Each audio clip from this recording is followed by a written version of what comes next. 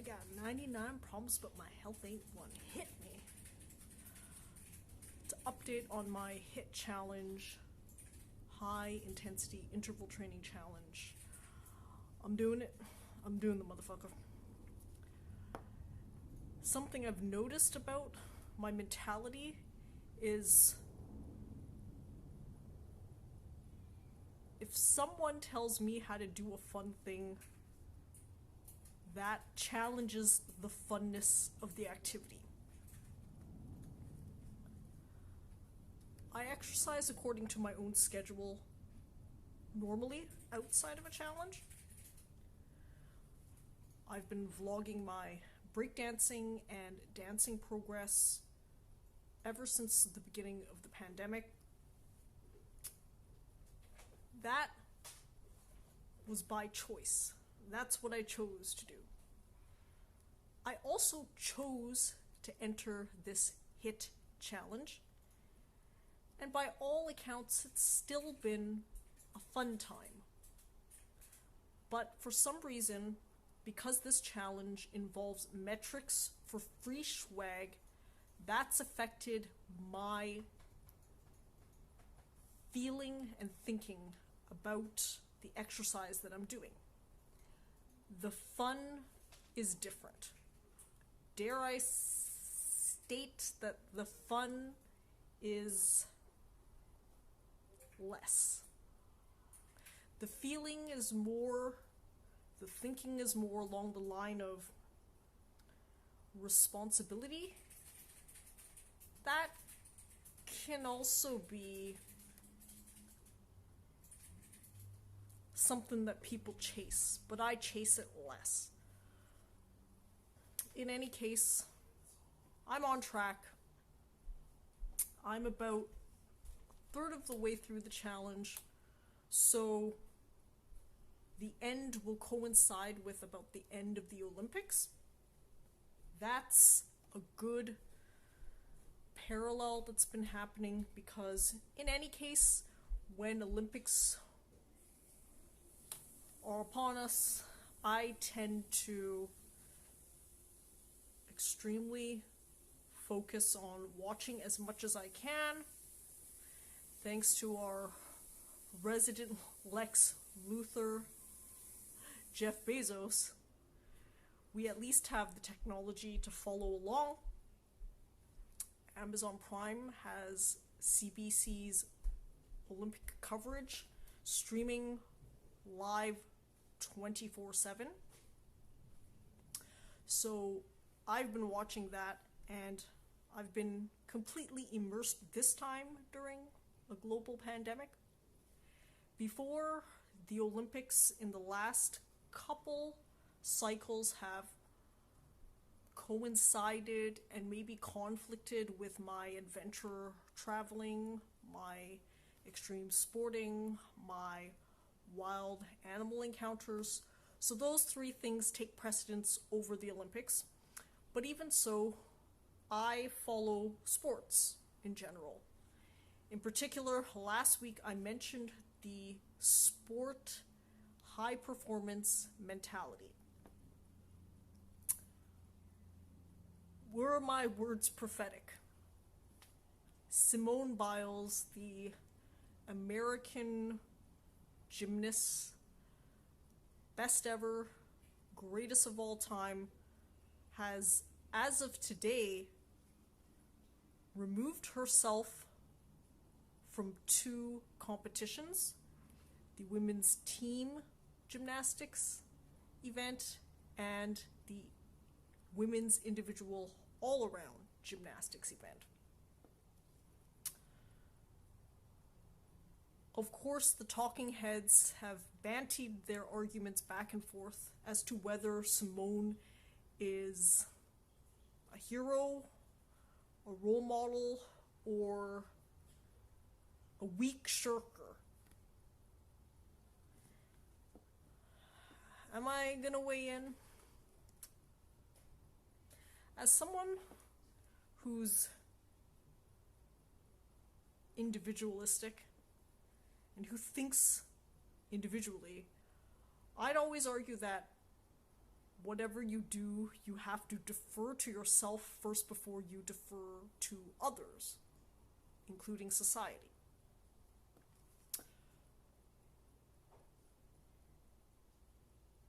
Of course, some people have questioned whether this type of mentality can actually work within a society of people.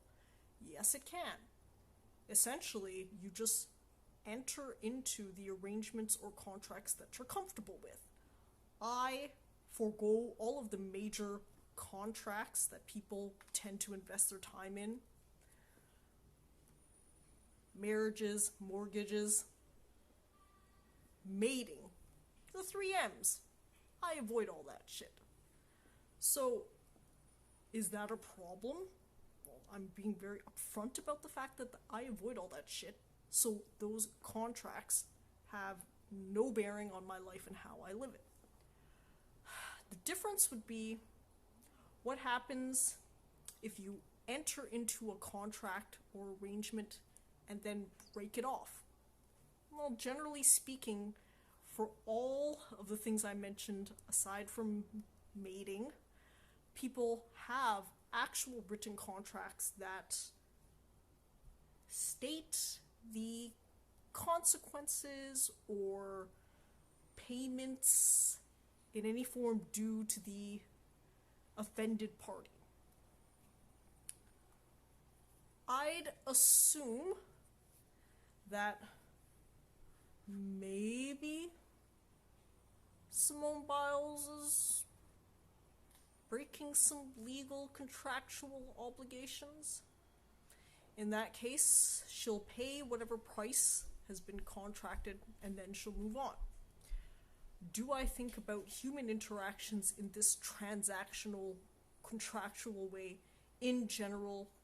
Yes, I do, because that simplifies every single relationship you'll have with an individual. What happens is that when you operate in gray areas, people start to expect things of others. To me, the expector is the fool. The only thing I ever expect is the completion of activities that people have promised to do.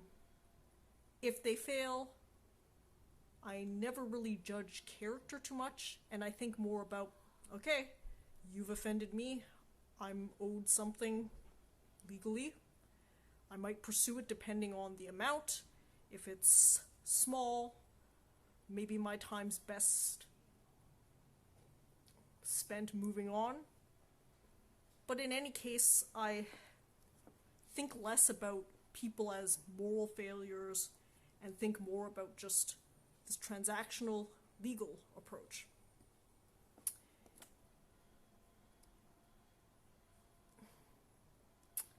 Simone Biles is going to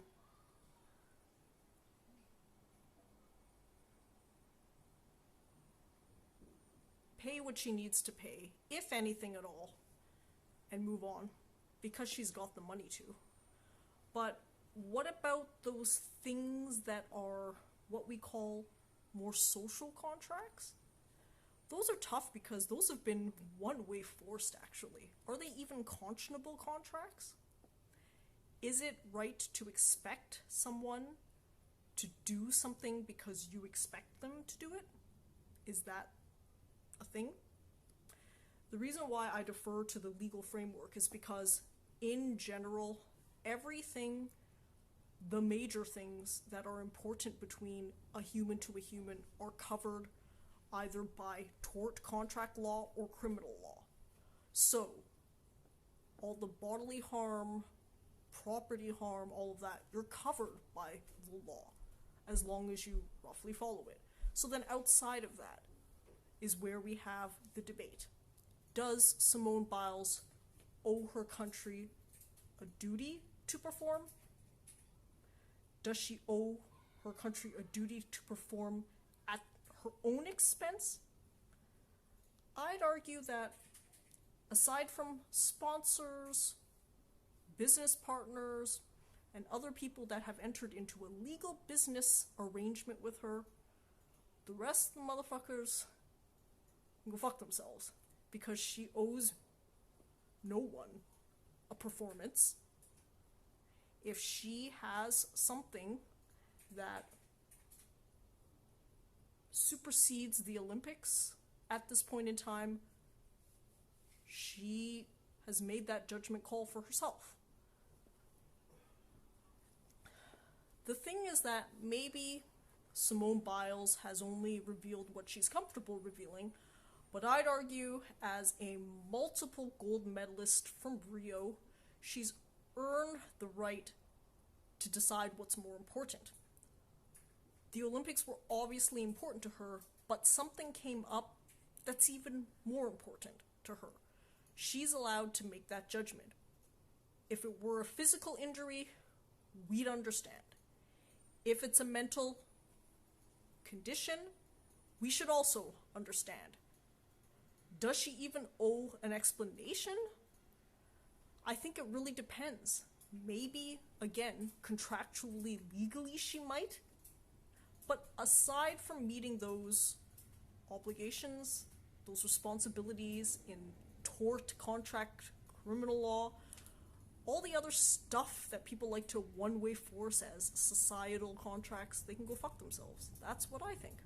Just act how you act. As long as you're roughly following the law, you're good. This is where my progressiveness will show, because in a country like Canada, for example, gay marriage is legal. For example, women can vote. These rights were in question even 100 years ago. So was the law always right? No. I'm just offering a starting point.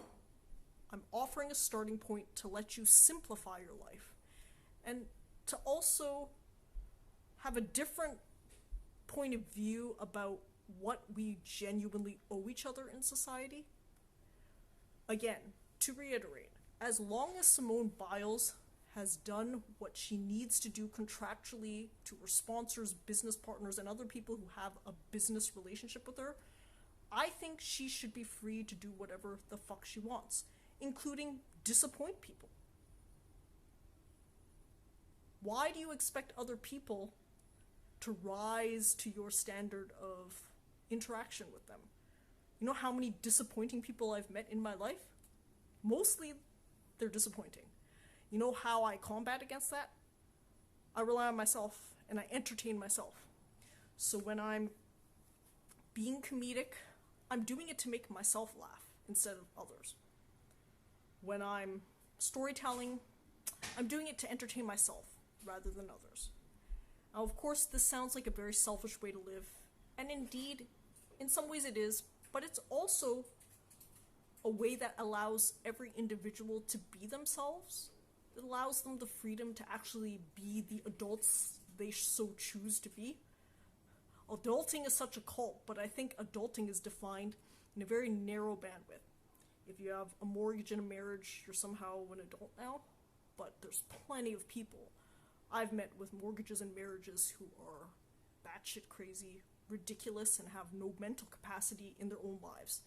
So what I'm doing is I'm allowing everybody do what you want to do, as long as whatever legal obligation you owe to me, you meet up to your side of the promise and deal. Because I live up to my side, mostly. Of course, I do what any good lawyer would do. I do the bare fucking minimum. But that's all I need to do, and that's all I ever do.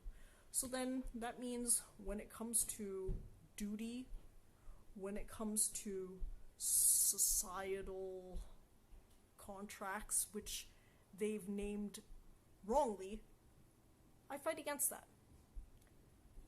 I fight against the fact that a societal contract is a contract at all. It's just something that some people decided arbitrarily in themselves, and they labeled it with the word contract to give it more force, like the force of a contract, but be very, very clear. I'm very, very clear. Nobody asked for my verbal. Nobody asked for my written. and nobody discussed with me what those standards are. Now, if you break those standards, maybe to some people you're a dick, maybe to some people you're this, that, or the other, but people who are strong and secure with themselves could care less, could not care less about what other people force upon them. Because the thing is that if you know that you can rely on yourself for your happiness and your fulfillment, you actually offload that from others and you free them to chase that for themselves too. So the golden rule still applies from what I am describing. The golden rule is how you treat others is what you would expect for yourself. And yes, I expect others to leave me the fuck alone and let me pursue my happiness. Am I walking around expecting others to help me fulfill that? No. I never expect that any Olympian should perform. I think that as the expert in their field, they've earned the right to know when is the right time to go and when is the right time to pull back. Other than that, if we question their every move, we are always automatically assuming that people do things willy-nilly. Yeah, some people might. There's a ton of people out there who do. But I'd argue that most people that are the leading experts in their field, they take their work fucking seriously. So Simone Biles doing what she did is an indication that she's dealing with some shit, and we should give her all of the space that she needs to deal with that shit. Our CBC commentator in gymnastics is named Kyle Schufelt, and he's a gold medalist in the floor exercise and Canada's only gold medalist in artistic gymnastics. He explained things very well and eloquently. Simone Biles has a dangerous job. She launches herself up into the air and has to land with at least some degree of accuracy far beyond the normal human being. Otherwise, she could be paralyzed or dead. That's some serious shit. So, the vault that she bailed on, Kyle described as her missing out some full revolutions.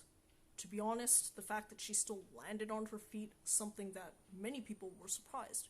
That actually exhibits her years and years of expertise and experience. But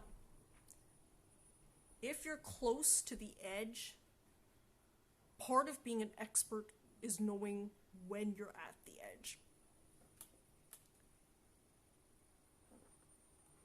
Another extreme sports athlete that I'm going to mention alongside Simone Biles is someone I mention a lot because he had an Academy Award documentary made about him.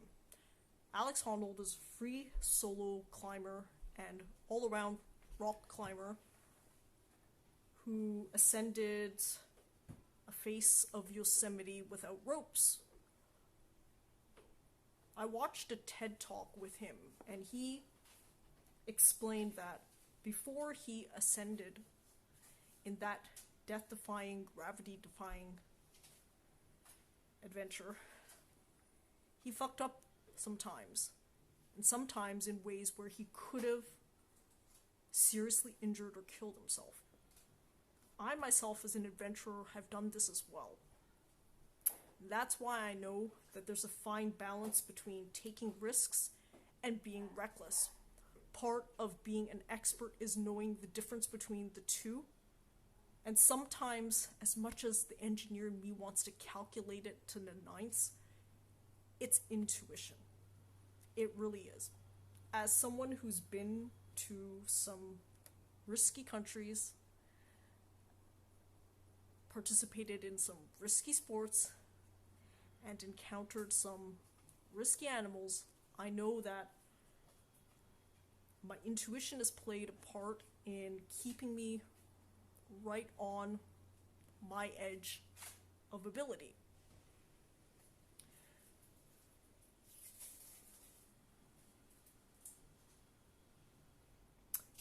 Any individual who's faced this type of scenario before might have difficulty explaining it and making a mathematical formula about it, but that's part of what the expert label is. To be fair too, Simone Biles and Alex Honnold are much more expert than I am in what I profess to be an expert in. They are much better. So that's why when they assess a situation, I trust them and I defer to them. Mostly because it affects only them in their own lives. Of course, I would have loved to have witnessed history in the making with Simone Biles, but this is the fucking Olympics. It's been full of history-making moments. In fact, on the men's side, Kohei's successor,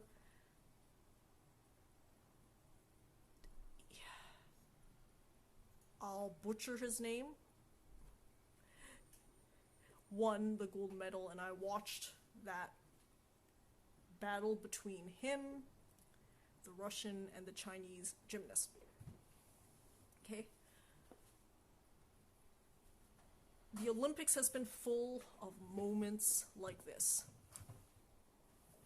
One of my fellow Chinese descent Chinese Canadians, Maggie McNeil, won a gold medal in butterfly. We've had these events. We've had these moments. So across an aggregate, the Olympics has still delivered in terms of those awe-inspiring, jaw-dropping moments. Do we need it specifically to be Simone Biles? Do we need it specifically to be Naomi Osaka? Again, they'll face whatever consequences they need to face from their federations. I know that people have been fined, people have had warnings, people have had to pay up, so they'll do it. They'll pay up because they're rich enough, and then they'll move on. Because in some ways, this is a very, very difficult conversation to have without knowing what their actual responsibilities are to the individual parties. I'm sure that they have lawyers and experts parsing all of this shit, but I'm talking in general about the degree of owing that people feel. I think maybe this is an American thing, but the pundits who judged her, Simone Biles, had these weird takes about being an American. What's it like to be an American? And if you're gonna kneel, you better fucking get out of the Olympics, cause blah, blah, blah, blah, blah, blah, blah. Like, okay.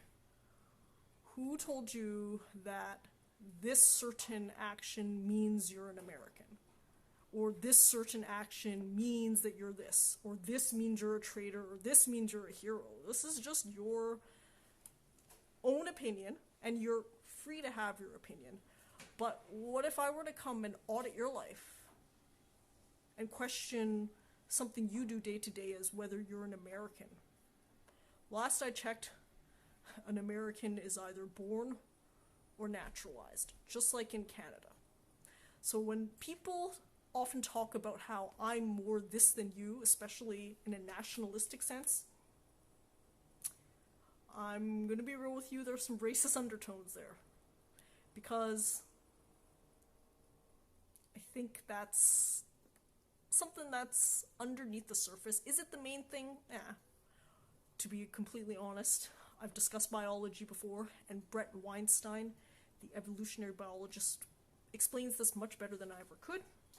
But we all have an inherent tribal affinity, and anyone outside of the tribal affinity is labeled as other.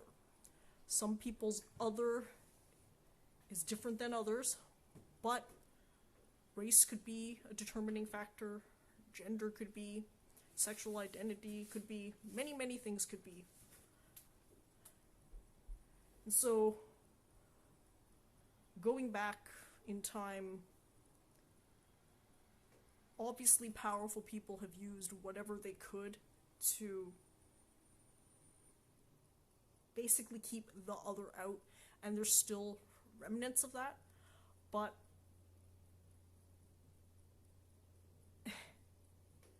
in any case, I'm going to wrap up at least that part of the discussion because I'll veer off into other things. So we'll let it be. You like my Trump voice? Yes, I use this a lot with someone in my family because that person hates reading even though they have to do it all the time. So I use my Trump voice. It's like, do you know how to read good? Because they were always asking me to read and interpret things on their behalf, which might explain why this whole talk happened the way it does. I am melding legalese plus engineering analytics to create a value system framework a la Sam Harris, the neuroscientist. Except Sam's using a slightly different approach. Everybody's approach has holes and flaws, but it is what it is. So, am I gonna dance at all like last time? I'm in the same position.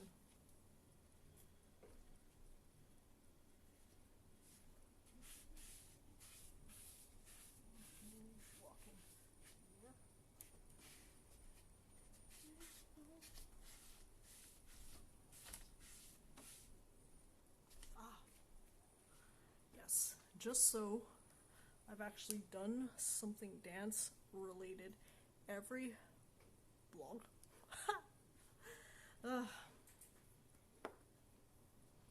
Have I learned anything else in the Olympics that's less charged? This one's a tough one to get into because there's so many threads to pull, and we actually know so very little except of what Simone has revealed herself. So we're gonna let it be. We'll let that topic be. What am I looking forward to for the rest of my HIT challenge in the Olympics? They are in parallel, so I'm going to enjoy taking a bit of a creative step back and enjoying the art of others, the sport of others.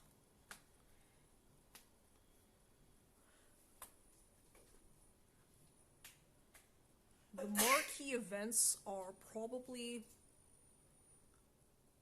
coming in terms of track and field, but I've enjoyed the first week of swimming. In a post-Phelps world, Phelps's signed athlete Penny Oleksiak, the Canadian, has been an interesting story ever since Rio. Maybe what I'll do is I'll summarize a number of interest stories like her, like Maggie McNeil, like Simone Biles, and come back to them next week. Or, more likely, with the way the Olympics have gone, by next week I'll already have so much more to address. Last week, I had some major events happen that I would have commented on, but I gotta save them. They have to do with space. So, we've got so much going on in terms of things that can help us codify what we like in our own lives. Yes, that might sound weird, that Jeff Bezos and his spaceflight, or Richard Branson and his spaceflight could help you codify your life. But trust me, I have threads that I can pull, and when I have the time, I'll thread those topics. That is it for today. That is it. 99 problems, but my health ain't one. Hit me. You know, we'll do a dance outro. A weak sauce dance outro.